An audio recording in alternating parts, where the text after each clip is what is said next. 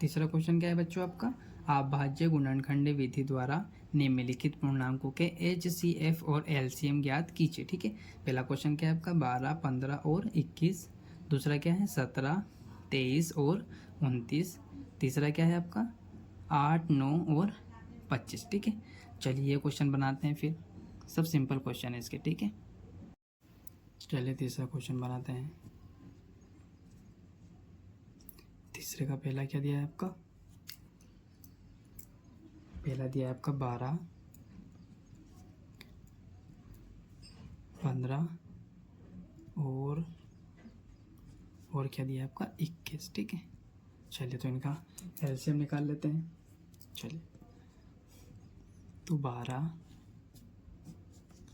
यहाँ पर 15 और यहाँ पर क्या लिख लेंगे हम 21। ठीक है, का एलसीएम निकाल लेते हैं। ठीक है, तो चलिए निकालते हैं।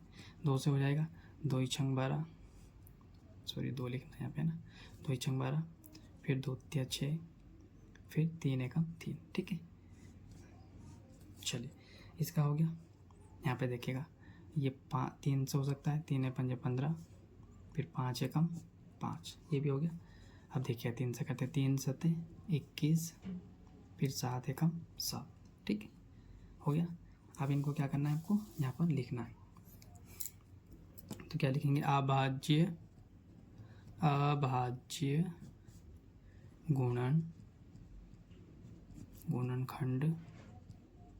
गुणनखंड। ठीक है, चलिए तो क्या क्या है गुणनखंड आपके, 12 का लिखते हैं पहला यहाँ पर, 12 का, फिर 15 का और यहाँ पर 21 का। ठीक है, चलिए लिखते हैं क्या क्या दिया है। तो क्या फैक्टर आएंगे, फैक्टर लिखने हैं। 2 मल्टीपल में 2, मल्टीपल में 3 और मल्टीपल में 1 भी लिख लीजिएगा। 15 में तो 3 और 5 आया है और मल्टीपल में आप 1 भी लिख लीजिएगा। 21 में क्या क्या है आपके 3, 7 और मल्टीपल में 1 भी लिख लीजिएगा। ठीक है, चलिए तो कॉमन चीज़ देखते हैं। 3 यहाँ पर भी है, 3 यहाँ पर भी है और 3 यहाँ पर भी है। तो ये इस प्रकार 3 मिल गया, 1 भी है इस प्रकार से। ठीक है, ये 2 यहाँ नहीं है, यहाँ नहीं है, यहाँ है, 2 यहाँ है, सिर्फ यहाँ पर नहीं है। ठीक है, तो आपका क्या होगा HCF। ठीक है, HCF कितना हो जाएगा आपका 3 मल्टीपल में 1, मतलब लास्ट क्या होगा आपका 3। ठीक है, HCF कितना हो जाएगा आपका ये। चलिए LCM निकालते हैं। LCM में क्या होगा आपका जो बचा है, LCM बराबर। ठीक है, तो LCM में क्या होगा जो बचा है उनको भी लिख लेंगे हम। तो HCF तो आपका कितना है 3 और 1 लिख लिया यहाँ से। अब बाकी जो बचा है उसको लिखते हैं। तो मल्टीपल में 2, मल्टीपल में 2, इधर कुछ नहीं बचा, यहाँ पर क्या बचा है 5 और यहाँ पर क्या बचा है आपका 7 और यहाँ पर 1 लिख लीजिएगा। तो देखो 3 एकम 3, 3 3 6, 6 को 6 7 12, 12 5 60। ठीक है, यहाँ 60 लिख लीजिएगा और यहाँ पर 7 एकम 7। ठीक है, 7 5 35, 7 6 42, डायरेक्ट कर देते हैं। ठीक है, 42 और ये 0 आने आना है। ठीक है, तो आपका क्या होगा लास्ट में LCM बराबर कितना निकल जाएगा 420। ठीक है, इस प्रकार से आप मल्टीपल फटाफट, उम्मीद है आपको मल्टीपल करना गुणा करना आता है। ठीक है, चलेगा इसमें। चलिए दूसरा देखते हैं। तीसरे का दूसरा क्या दिया है आपका, क्या दिया है दूसरा 17, 23 और 29। ठीक है, तो देखिए ये तीनों अभाज्य संख्या है ना। 17 की टेबल में आता है, 23 की टेबल में आता है और 29 भी 29 की टेबल में ही आता है। ठीक है, तो इनका क्या हो जाएगा, तीनों का LCM क्या हो जाएगा आपका, LCM इनका यही हो जाएगा। ठीक है, यहाँ पर लिख सकते हैं आप अभाज्य संख्या। ठीक है, अभाज्य संख्या। ठीक है, क्योंकि करके भी लिख सकते हैं यहाँ पर, क्योंकि अभाज्य संख्या का HCF कितना होगा, का HCF बराबर कितना होगा आपका, HCF आपका होगा 1। ठीक है, 1 ही आता है ना। इनका जब LCM निकालेंगे तो क्या होगा आपका 1 ही होगा। ठीक है, तो HCF बराबर कितना लिख देंगे 1। ठीक है, चलेगा। और LCM क्या होगा, LCM तो और ईजी हो जाएगा। LCM बराबर क्या होगा, इन तीनों का गुणा करना है, मतलब 17 मल्टीपल में 23 और इधर 29 आपका, ठीक है, ये हो जाएगा। अब इनका मल्टीपल करोगे तो क्या होगा आपका, इनका मल्टीपल करेंगे तो क्या होगा आपका, ये हो जाएगा। बस आप तो यही डायरेक्ट यही छोड़ देना यहाँ तक, है ना। और मल्टीपल करना आपको आता है तो मल्टीपल करके बता दीजिएगा आप, ठीक है, चलेगा। अब इसका बचा है तीसरा, तो तीसरा भी देख लेते हैं फटाफट। चलिए तीसरा क्या दिया है आपका, तीसरा है आपका, क्या दिया है, 8, 9 और 25, ठीक है। तो इसका करते हैं, चलेगा। एलसीएम निकालना पड़ेगा आपको, 8 का, 9 का और इधर 25 का भी निकालेंगे हम, ठीक है। चलिए तो 2 चुको 8, 2 को 2, 2 दूनी 4, फिर 2 एकम 2, ठीक है।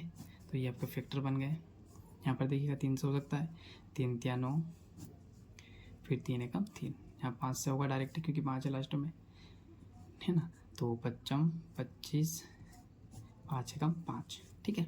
चलिए इसके फैक्टर लिख लेते हैं। यहाँ पर क्या लिखेंगे हम, अभाज्य, अभाज्य गुणनखंड, ठीक है, अभाज्य गुणनखंड। चलिए क्या होता है, चलिए यहाँ लिख लेते हैं। तो किसका है आपका, 8 का हो गया, फिर यहाँ पे 9 का लिखेंगे और यहाँ पर 25, 25 का लिखेंगे, ठीक है। तो देखिएगा क्या है, कितना दिया आपका, 8 का देखिएगा 2 गुणा 2 गुणा 2 और कुछ भी नहीं है तो 1 भी लिख लेते हैं। 9 का क्या दिया है, 3, 3 और 1 लिख लेते हैं। 25 का क्या है, 5 मल्टीपल में 5 और कुछ भी नहीं है तो 1 लिख लेते हैं, ठीक है। इसमें कॉमन चीज़ कौन सी देखेगा, इधर से 1 है आपका, ठीक है, ये क्या है आपका 1 है। और दूसरी संख्या देखिएगा, यहाँ 2 है, यहाँ 2 है, क्या नहीं है, यहाँ भी नहीं है, यहाँ पर 2 ही 2 है बस। इधर दोनों लाइन में 2 नहीं, वरना हो जाता, यहाँ 3 हो जाता, 5 है ही नहीं पर, ठीक है। चलिए तो इसका क्या हुआ आपका, HCF बराबर क्या लिखेंगे हम, 1 लिखेंगे, ठीक है। HCF कितना होगा आपका, 1 होगा। और LCM क्या हो जाएगा आपका, जो संख्याएं बच्ची उनका गुणा कर देंगे। यहाँ पे लिख लीजिएगा LCM बराबर जो बचा है, पहले ये लिख लो, 1 1 है तो 1 लिख लेते हैं। मल्टीपल में जो संख्याएं बची हैं तो 2 2 2, 1 बार 2 बार ये 3 बार, फिर इधर से कितने टाइम है, 2 टाइम, 3 3 लिखा है, 3 3 लिख लीजिएगा। यहाँ क्या है, 5 2 बार लिखा है तो आप भी लिख लीजिएगा ये। अब इनका क्या करना है आपको, गुणा करना है, ठीक है। तो गुणा कर दीजिएगा, देखो 2 एकम 2 हो गया, 2 को 2 दूनी 4, 4 4 4 दूनी 8, 8 को 8 8 2 16 8 24, ठीक है, 24 लिख लो यहाँ पर। एक बार और देख लेते, गलती तो नहीं कर दी। 3 3 6, 6 12 12 12 12 24, ठीक है, 24 सही है। इसका मल्टीपल किससे करेंगे, 55 25, 25 थे 75, ठीक है, 75 से इसका मल्टीपल करेंगे, ठीक है। तो क्या आ जाएगा आपका आंसर, 1800 आंसर आ जाएगा, ठीक है। तो यहाँ पर आप क्या लिख दीजिएगा, LCM बराबर 1800, ठीक है, ये आपका लास्ट आंसर होगा, ठीक है। चौथा क्वेश्चन क्या दिया है बच्चों आपका, यूक्लिड विभाजन प्रमेयिका का प्रयोग करके दर्शाइए कि किसी धनात्मक पूर्णांक का वर्ग किसी पूर्णांक m के रूप में होगा या 3m या 3m+1 के रूप का होता है, ठीक है। चलिए चौथा क्वेश्चन बना लेते हैं। क्या है आपका, प्रश्न क्रमांक कौन सा है, चौथा, ठीक है। चलिए क्या दिया है इसमें, दिया है पहली संख्या क्या दी है, 306। दूसरी संख्या क्या दी है आपको, 6 3 7 और तीसरी संख्या क्या दी है आपको, 9, ठीक है, जो कि क्या है आपका 9, HCF, ठीक है। और आपको क्या निकालना है, आपको निकालना क्या है यहाँ पर, LCM, ठीक है। ये तो बहुत इजी है, LCM निकालना तो आपको आता है, ठीक है, चलेगा। तो इसमें कौन सा सूत्र लगेगा आपको, शायद उम्मीद है कि मुझे उम्मीद है कि आपको सूत्र याद आ रहा होगा, ठीक है। तो कौन सा सूत्र है वो देखिएगा, प्रथम संख्या, यही सूत्र है ना वो, प्रथम संख्या मल्टीपल में क्या होगा आपका, द्वितीय संख्या और बराबर में इधर क्या होता है आपका HCF और इधर मल्टीपल में क्या होता है LCM। तो हमको LCM निकालना है तो हम क्या करेंगे, देखिएगा संख्या लिख लेते हैं पहले। प्रथम संख्या क्या है आपकी 306, दूसरी क्या है आपकी 637। अब देखो ये बराबर के इधर हमारे को ये क्या दिया है आपका 9 दिया है, ठीक है। तो हम इसको बराबर के इधर लेके आ जाएंगे, तो ये उधर का में गुणा में, तो इधर का आ जाएगा, इधर आ जाएगा भाग में आपका, ठीक है। तो देखो अब इसको भाग देंगे, इसमें तो भाग जाएगा नहीं, तो इसमें भाग देंगे। 3 तिया 9, 3 एकम 3, 0 ऐसा कैसा, 3 उक 3, 3 2 6, ठीक है।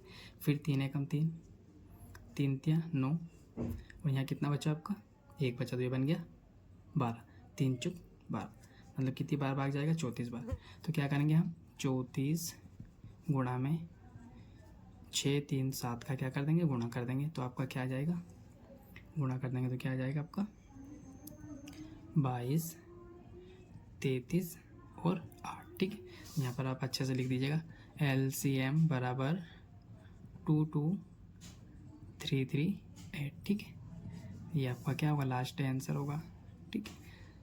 चलिएगा 5वां ओवर देख लेते हैं। 5वां क्वेश्चन क्या है बच्चों आपका, यूक्लिड विभाजन प्रमेयिका का प्रयोग करके दर्शाइए कि किसी धनात्मक पूर्णांक का घन 9m+1 या 9m+8 के रूप का होता है, ठीक है। चलिए इसको बनाते हैं। क्या दिया है आपका 5वां, ठीक है। प्रश्न क्रमांक 5वां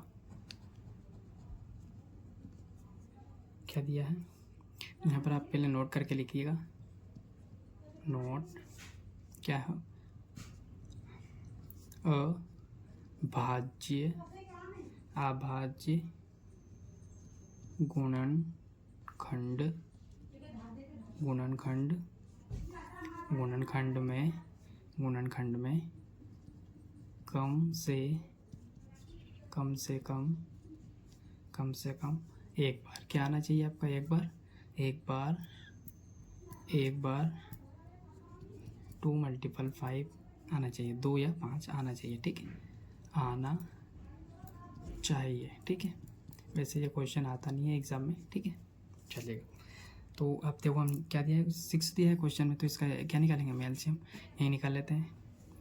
2 तिया 6, 3 एकम 3, क्या यहाँ पर आपका एलसीएम मतलब यहाँ पर फैक्टर क्या यहाँ पर 2 या 5 आया है, क्या 2 या 5 आया है, क्या नहीं आया है।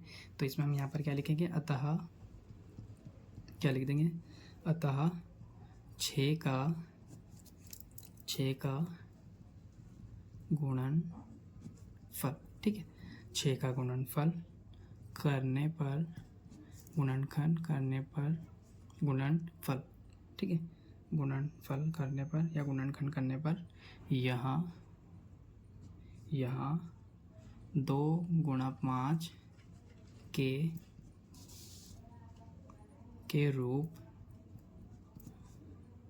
का